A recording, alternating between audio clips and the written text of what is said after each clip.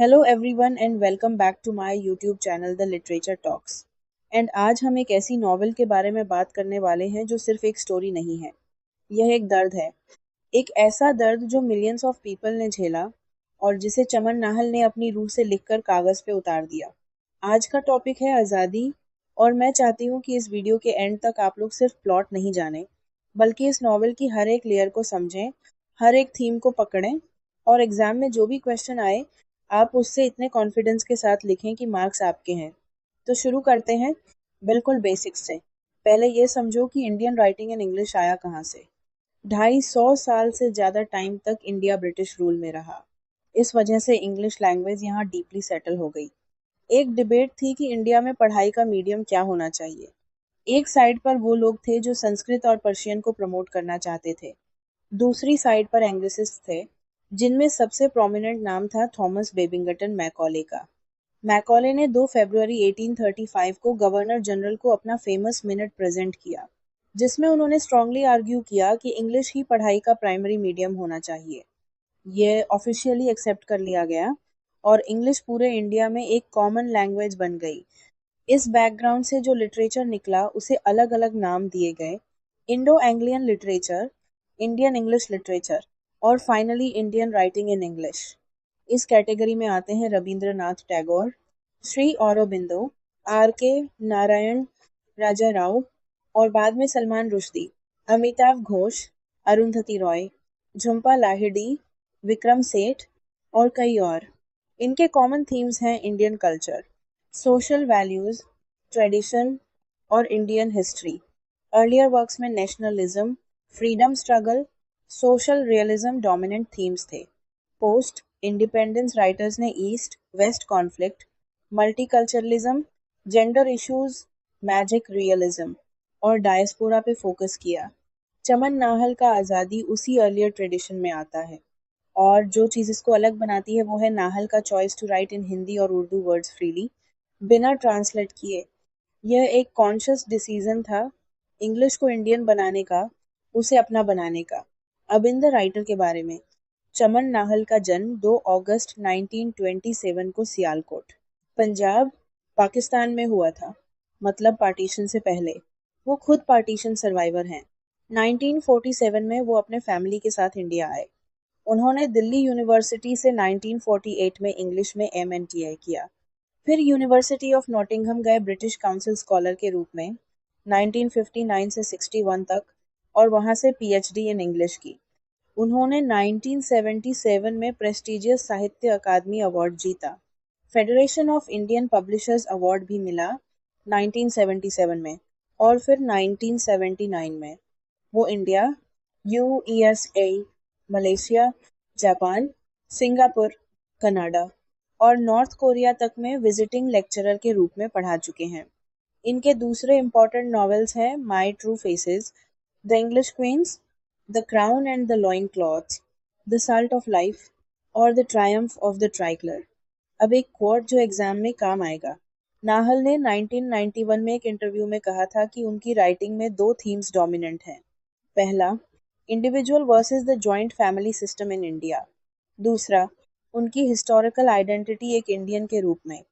और उन्होंने कहा कि इस दूसरी थीम के लिए उन्होंने गांधी को एक अल्टीमेट सिंबल की तरह यूज किया है। और सबसे इम्पोर्टेंट बात, नाहल ने अपनी सिस्टर को पार्टीशन में खोया था। नॉवेल में मधु की डेथ डायरेक्टली नाहल की अपनी सिस्टर करतार देवी की डेथ से इंस्पायर्ड है। और ये सिर्फ फिक्शन नहीं है, यह एक इंसान का अपना दर्द है जो वर्ड्स में कन्वर्ट हुआ है। आज़ादी द नॉवेल। आज़ादी 3 पार्ट्स में डिवाइडेड है: द लल, द स्टॉर्म और द आफ्टरमैथ। इन्हें एक एक करके समझो। नॉवेल की शुरुआत होती है 3 जून 1947 को, जब वाइसरॉय ने रेडियो पर पार्टीशन का अनाउंसमेंट किया। सेटिंग है सियालकोट, जो अब पाकिस्तान में है, और स्टोरी है उन हिंदू फैमिलीज की जो अपना घर, अपनी जिंदगी, अपना सब कुछ छोड़ के नए इंडिया की तरफ निकले। मेन प्रोटैगनिस्ट है लाला कांशीराम। वो एक ग्रेन मर्चेंट है, बीबी अमरवती के घर के सबसे पुराने टेनेंट। उनके साथ है उनकी पत्नी प्रभा देवी और 20 साल का कॉलेज गोइंग बेटा अरुण। उसी बिल्डिंग में और भी फैमिलीज रहती हैं। एक सिख फैमिली जिसमें प्रेग्नेंट ईश्वर कौर है, लैंडलेडी अमरवती अपने फैमिली के साथ, चार्वोमैन पद्मिनी और उसकी बेटी चांदनी। ये कैरेक्टर्स एक तरह से पूरे इंडिया का क्रॉस सेक्शन है। अलग अलग लोग जो एक ही जगह पे रहते थे और फिर एक अनाउंसमेंट ने सब तोड़ दिया। The land. पहले पार्ट में एक सेंस ऑफ फोरबोर्डिंग है, यानी कुछ बुरा होने वाला है। यह फीलिंग हवा में है, लेकिन जिंदगी अभी चल रही है। लाला कांशीराम अपना न्यूज़पेपर पढ़ रहे हैं, अपनी पत्नी को एटॉमिक बम्स और वर्ल्ड वॉर के बारे में बता रहे हैं। वो नेशनलिस्ट है, गांधी और नेहरू और भगत सिंह के एडमायरर्स हैं, लेकिन साथ ही ब्रिटिश ऑफिसर्स की डिसिप्लिन से भी इम्प्रेस्ड हैं। ये ड्यूअलिटी उनका एक इम्पॉर्टेंट कैरेक्टर ट्रेट है। प्रभा देवी और पड़ोसी ईशर कौर की फ्रेंडली बात में हम देखते हैं कि हिंदू और सिख कम्युनिटीज़ में कितना हार्मनी था, और साथ ही मुस्लिम्स के साथ राइजिंग टेंशन भी दिखती है। फिर अरुण टेनिस प्रैक्टिस से आता है और खबर लाता है कि लीडर्स देश डिवाइड करने वाले हैं। अब एक इम्पॉर्टेंट कैरेक्टर इंट्रोड्यूस होता है, अब्दुल गनी। वो एक हुक्का मेकर है, लाला का पुराना दोस्त। नॉर्मल टाइम्स में वो नेबर्स की तरह रहते थे, साथ बिजनेस करते थे, लाला से लोन्स लेता था और वापस करता था। लेकिन जब पार्टीशन अनाउंस हुआ, मुस्लिम लीग के इन्फ्लुएंस में आके वो पूरी तरह बदल गया। वो दोस्त से दुश्मन बन गया। ये कैरेक्टर दिखाता है कि कैसे पॉलिटिकल लीडर्स ऑर्डिनरी लोगों को अपने डिवीजिव एजेंडा के लिए यूज करते हैं। रेडियो अनाउंसमेंट होती है। पहली रिएक्शन है डिसबिलीफ। ये हो कैसे सकता है? लीडर्स ने बिट्रे किया। फिर कंफ्यूजन, फिर फियर। वही रात मुस्लिम्स एक प्रोसेशन निकालते हैं। मुस्लिम इंस्पेक्टर उनका साथ देता है। हिंदू डेप्यूटी कमिश्नर आता है और उनकी सेफ्टी इंश्योर करता है। यहाँ नाहल दिखाता है कि इंसानियत हर तरफ एग्जिस्ट करती है और बिट्रेयल भी हर तरफ। बरकत अली, एक मुस्लिम दोस्त, लाला को वार्न करता है कि राइटर्स उनकी स्ट्रीट पर अटैक करने वाले हैं। बिल डेविडसन, एक ब्रिटिश सोल्जर, उन्हें रेफ्यूजी कैंप तक एस्कॉर्ट करता है। दोनों अलग रिलीजन्स, अलग नेशनैलिटीज, लेकिन दोनों मदद करते हैं। ये नाहल का इम्पोर्टेंट पॉइंट है। ह्यूमैनिटी बाउंड्रीज नहीं मानती। पार्ट 1 का एंड होता है एक हिस्टेरिकल लाफ के साथ जो एक कैरेक्टर करता है। वो लाफ तूफान की आहट है। The storm. दूसरा पार्ट है द स्टॉर्म। यहाँ वो सब है जो पढ़ा नहीं जाता, लेकिन पढ़ना ज़रूरी है। 3 महीने तक सियालकोट के हिंदूज रेफ्यूजी कैंप्स में इनह्यूमन कंडीशंस में रहते हैं, रेनी सीजन में, और उन्हें पता भी नहीं कि दिल्ली में फ्रीडम सेलिब्रेशंस हो रही हैं। ये कॉन्ट्रास्ट ही सब कुछ कह देता है। लाला को पता चलता है कि उनकी बेटी मधु और उसका पति मार दिए गए सियालकोट आते वक्त। वो अपने बेटे अरुण और सूरज को भेजते हैं बरकत अली की मदद लेने के लिए। बरकत अली और मुनीर साथ जाते हैं। वहाँ अब्दुल गनी मिलता है। अब वो एक खाकसार वॉलंटियर है। वो कहता है कि उसने मधु की बॉडी अपने हाथों से जलाई। बरकत अली यह सुन के उसे मारता है। यह मोमेंट बहुत इंपॉर्टेंट है। ये दिखाता है कि एक अच्छा इंसान, चाहे किसी भी रिलीजन का हो, ईविल के सामने रिएक्ट करता है। अरुण अपना दर्द चांदनी की तरफ अट्रैक्शन में कन्वर्ट कर लेता है। ईशर कौर का पति निरंजन सिंह अपना सेक्रीफाइस करता है। वो अपने सेक्रेड हेयर नहीं काटना चाहता, जो सिख आइडेंटिटी का हिस्सा है, तो वो खुद को आग लगा लेता है। लोग उसे सेंट कहते हैं। फिर फाइनली इंडियन आर्मी आती है और एक फुट कॉन्वॉय ऑर्गेनाइज होती है रेफ्यूजीज को डेरा बाबा नानक बॉर्डर के रास्ते से इंडिया ले जाने के लिए। ये जर्नी हजारों लोगों की है और बहुत डेंजरस है। किला शोभा सिंह पर एम्बुश होता है। नारोवाल तक पहुंचते पहुंचते, जो सियालकोट से 36 माइल दूर है, 1500 लोग अपनी जान गंवा चुके होते हैं। नेकेड हिंदू वुमेन की परेड होती है, जो इस नॉवेल के सबसे डिस्टर्बिंग और गट रेंचिंग सीन्स में से एक है। हकीम नाम का एक मुस्लिम आदमी रोता है और माफी मांगता है। अरुण रहमत उल्लाह को सुनंदा के साथ देखता है और गुस्से में उसे मार देता है। रावी रिवर क्रॉस करते वक्त लाला वंदे मातरम चिल्लाते हैं। नए इंडिया में वेलकम है, लेकिन अरुण के लिए यह विक्ट्री नहीं है। उसने नोर भी खोई, चांदनी भी खोई। पार्टीशन ने उसे 2 बार प्यार से अलग किया। अमृतसर में सभी रिलेटिव्स रिजेक्ट करते हैं। कोई घर नहीं, कोई आइडेंटिटी नहीं, सिर्फ रेफ्यूजी हैं। दिल्ली जाते हैं। ट्रेन में डिलेज। मुस्लिम्स भी उसी तरह इंडिया छोड़ रहे हैं। कुरुक्षेत्र से गुजरते हैं। ईश्वर कौर ट्रेन में एक बेटी को जन्म देती है। एक तरफ नई जिंदगी, दूसरी तरफ ट्रैक्स पर डेड बॉडीज। यह कॉन्ट्रास्ट नहल का मास्टरपीस है। दिल्ली में भी बिट्रेयल। ऑफिसर्स पैसा मांगती हैं। नेहरू के घर तक जाते हैं, वहां भी कुछ नहीं मिलता। Finally Kingsway camp. Alipur road पर 2 रूम्स मिलते हैं। The aftermath. तीसरा पार्ट है द आफ्टरमैथ। नई जिंदगी की कोशिश चल रही है। अरुण दिल्ली यूनिवर्सिटी में एडमिशन ले लेता है। सुनंदा कपड़े सिलाई का काम शुरू करती है। लाला कांची राम रिहैबिलिटेशन सेंटर में कोशिश करते हैं। और फिर एक और रेडियो अनाउंसमेंट, गांधी जी की हत्या, 30 जनवरी 1948। ये अनाउंसमेंट वैसे ही आती है जैसे पार्टीशन की अनाउंसमेंट आई थी, लेकिन लाला के लिए ये अलग है। ये पर्सनल लॉस है। बीबी अमरवती गांधी को ब्लेम करती है पार्टीशन के लिए। अरुण डिफेंड करता है कि गलती नेहरू और दूसरे लीडर्स की है। लाला अपना टर्बन पहनना छोड़ चुका है। सियालकोट वाला ग्रेन मर्चेंट अब सिर्फ एक रेफ्यूजी है। नॉवेल खत्म होता है सुनंदा की सिंगिंग मशीन की आवाज के साथ, जो उनके अनएंडिंग स्ट्रगल और लॉस की रिमाइंडर है। अब हम थीम्स डिस्कस करते हैं। वायलेंस और ट्रॉमा। नाहल की वायलेंस की पोर्ट्रेयल बहुत ग्राफिक है। वो फिजिकल डिटेल्स देता है जो पढ़ने में अनकंफर्टेबल होती हैं, लेकिन वो डिलिबरेटली ऐसा करता है, क्योंकि अगर तुम कंफर्टेबल रहो तो तुम भूल जाओगे।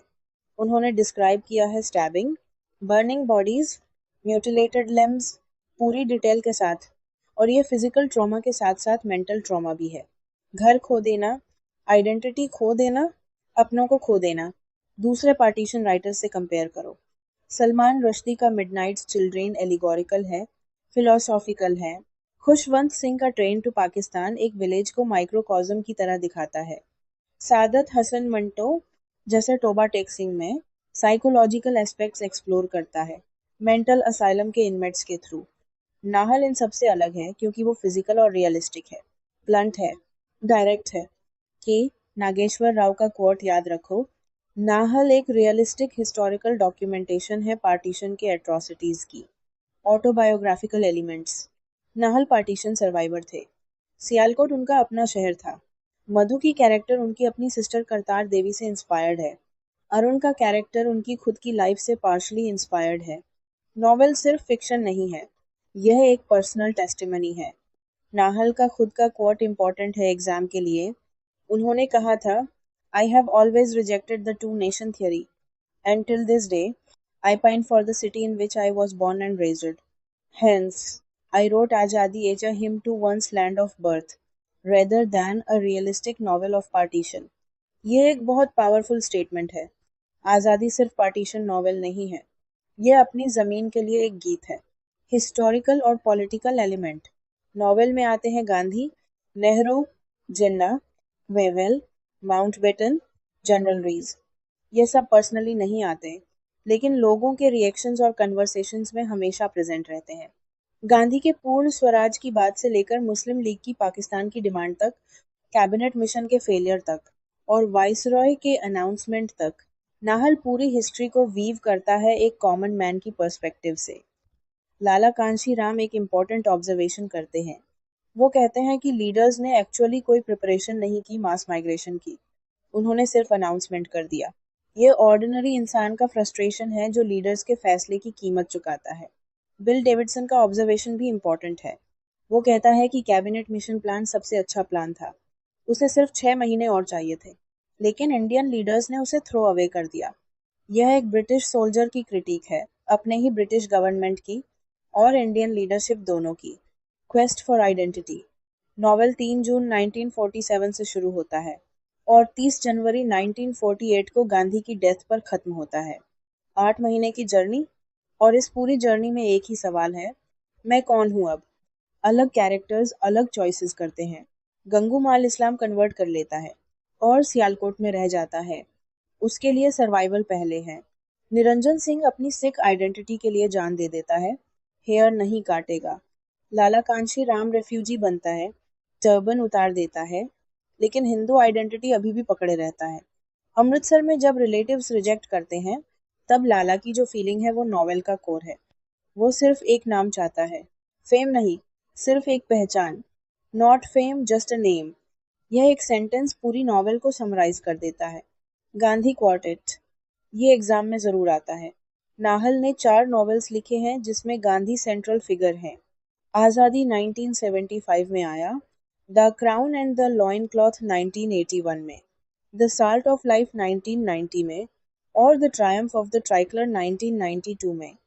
आज़ादी एक्चुअली इस क्वार्टेट में क्रोनोलॉजिकली लास्ट लिख गया, लेकिन पब्लिश पहले हुआ नाहल गांधी से एक बार मिले थे बिड़ला हाउस में 1947 में, पार्टीशन के बाद। गांधी के words, the ability of a person to face any threat to his integrity through an inner strength, Nahal के लिए एक मंत्र बन गए। नॉवेल में गांधी सिर्फ एक पॉलिटिशियन नहीं है, वो एक सेंट है। लाला के लिए, बरकत अली के लिए, अरुण के लिए, सबके लिए गांधी एक अलग चीज रिप्रेजेंट करते हैं। और जब उनकी डेथ होती है तो वो सिर्फ एक इंसान की डेथ नहीं है, वो एक आइडिया की डेथ है, एक उम्मीद की डेथ है। अब हम इम्पोर्टेंट कैरेक्टर्स को भी देख और समझ लेते हैं। Lala Kanshiram, main protagonist, grain merchant, Sialkot, Gandhi का एडमायरर लेकिन ब्रिटिश गवर्नमेंट से भी इम्प्रेस्ड।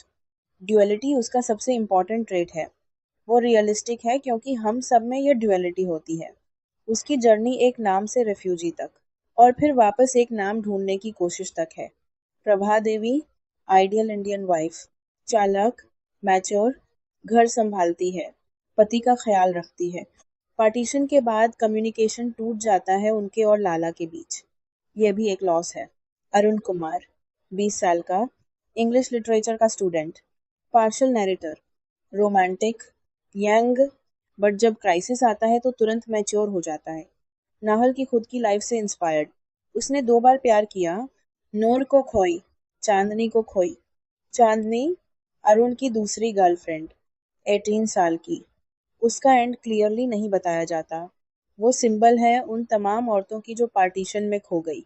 उसका फेट एम्बिगुअस है और डिलिबरेटली ऐसा रखा गया है। बरकत अली, लाला का मुस्लिम दोस्त, गांधी का सच्चा फॉलोअर। वो आइडियल है, इंसानियत का प्रतीक। वो दिखाता है कि रिलीजन से ज़्यादा इम्पॉर्टेंट होती है इंसानियत। उसके साथ हैं बेटे मुनीर और बेटी Noor. Bill Davidson, British soldier, astute और सेंसिटिव। वो ऑनेस्टली मानता है कि पार्टीशन एक स्टूपिड डिसीजन था। वो मदद करता है जब करता है, लेकिन उनका इंडिया से एक एक्सोटिक एक्सपीरियंस की तरह का रिलेशनशिप भी नाहल दिखाता है। Exam summary. फर्स्ट, आज़ादी 1975 में पब्लिश हुआ, चमन नाहल ने लिखी। साहित्य अकादमी अवार्ड 1977 में मिला। सेकेंड, नॉवेल 3 जून 1947 से 30 जनवरी 1948 तक की जर्नी है। थर्ड, 3 पार्ट्स हैं, the love, the storm, the aftermath. Fourth, main protagonist Lala Kanshiram है, grain merchant, Sialkot. Fifth, autobiographical elements strong हैं, नाहल खुद सियालकोट के थे, सिस्टर खोई थी पार्टीशन में। सिक्स्थ, वायलेंस पोर्ट्रियल ग्राफिक और फिजिकल है, रुश्दी, मंटो, खुशवंत सिंह से अलग। सेवेंथ, आइडेंटिटी का थीम सेंट्रल है, not fame just a name. Eighth, Gandhi quartet में 4 नॉवेल्स हैं, आज़ादी पहला लिखा, क्रोनोलॉजिकली लास्ट है। नाइन्थ, बरकत अली गांधी आइडियोलॉजी का लाइव एग्जाम्पल है, वो दिखाता है कि रिलीजन से ज़्यादा इंसानियत मैटर करती है। टेंथ, नॉवेल का एंडिंग सुनंदा की सिंगिंग मशीन की आवाज़ पे होता है, जो अनएंडिंग स्ट्रगल का सिंबल है। और एक लास्ट चीज़ जो एग्जाम में बहुत काम आती है, नाहल का ऑन कोट याद रखो, आई रोट आज़ादी as a hymn to one's land of birth rather than a realistic novel of partition. ये कोट लिखना मत भूलना। आज़ादी एक ऐसी नॉवल है जो सिर्फ पढ़ने के लिए नहीं है, ये फील करने के लिए है। पार्टीशन सिर्फ हिस्ट्री की एक डेट नहीं है, वो मिलियंस ऑफ पीपल की रियल लाइव्स थी।